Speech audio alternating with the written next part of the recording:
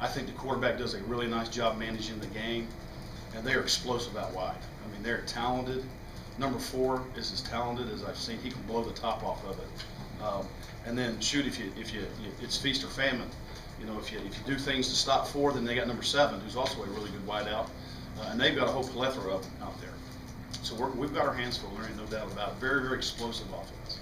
Patrick Lewis was kind of laughing about the fact that they are a hurry-up offense, but he said compared to what we're dealing with every day, it's nothing. I mean, do you see a confidence in the guys that they're going to be able to step up against? You know, we'll see. I don't know much about Coach Franklin, their offensive coordinator. I've never went against him, so I'll figure that out once the game gets started.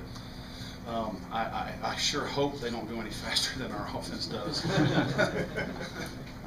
What has Stephen Terrell done individually just to improve as a football player? Well, he's a worker. I mean, Stephen is a very smart, instinctive football player. He brings some girth to the safety position. I feel really good about our starting 2 safeties now because they can run, they've got great range, they got great ball skills, they can tackle, and they're big, which is going to come into play once we get into SEC play. The job Jonathan Stewart's done shifting from inside linebacker to 3-4 to the middle and the 4-3. You've been impressed by that? Yeah, I have. I mean, you know, Stu's a smart guy. He's a really smart football player. He is kind of the quarterback of the defense. He gets us lined up. And again, we asked about cross-training earlier. It's easy for him. Some guys you worry about, you know, we can't cross-train this guy because he can't handle it. Jonathan's one of those guys that can handle it and handled it pretty easily. How are you feeling at defensive tackle now that you've got Mathis back and you move Neely inside? Well, you know, you sleep a little better at night. You know, Spencer's still not the biggest guy in the world. He's just one of those try-hard guys, you know. But at least we do have some depth in there, and we can have a little 3-4 man rotation in these hot games. Who do you see as kind of your 4th in there right now? We got Mathis. We got Mathis. We got Kirby. Then we got Ivan. Ivan would be the 4th. Okay. Think about what you've seen from the 2 freshman defensive ends that make you confident enough to put those guys. Yes, in the I am. game. I sure am. You're going to see them early and often. What have you seen out of those guys so far this fall? Well, Julian is a very smart kid. He's very, very explosive.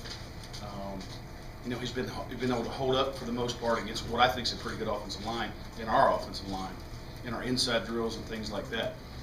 50 coming off the edge. Tyrell Taylor has some juice now. I mean, the kid can get off on the rock. He can move. Where's Brandon Alexander and Taylor Russell? Where are they out there? Well, Brandon, as of this time right now, is really not in our thoughts or in the mix. Caleb's been out injured, so.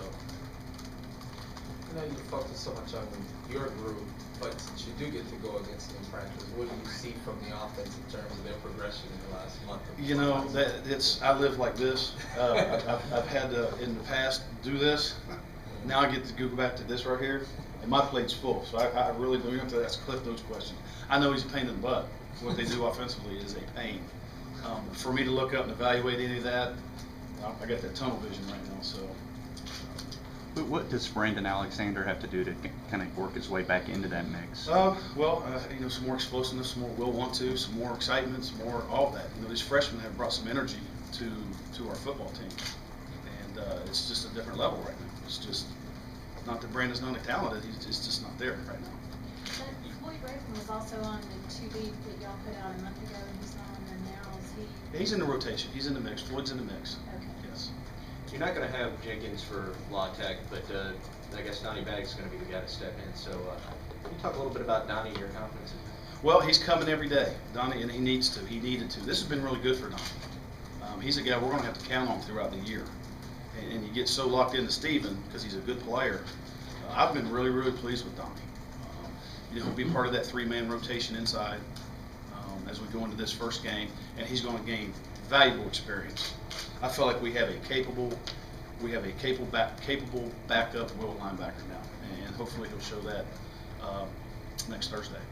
Is Howard Matthews dealing with some of the same issues as Brandon Alexander, or where is he in the mix? Right now, he's not in the mix. Yeah, a little bit of the same.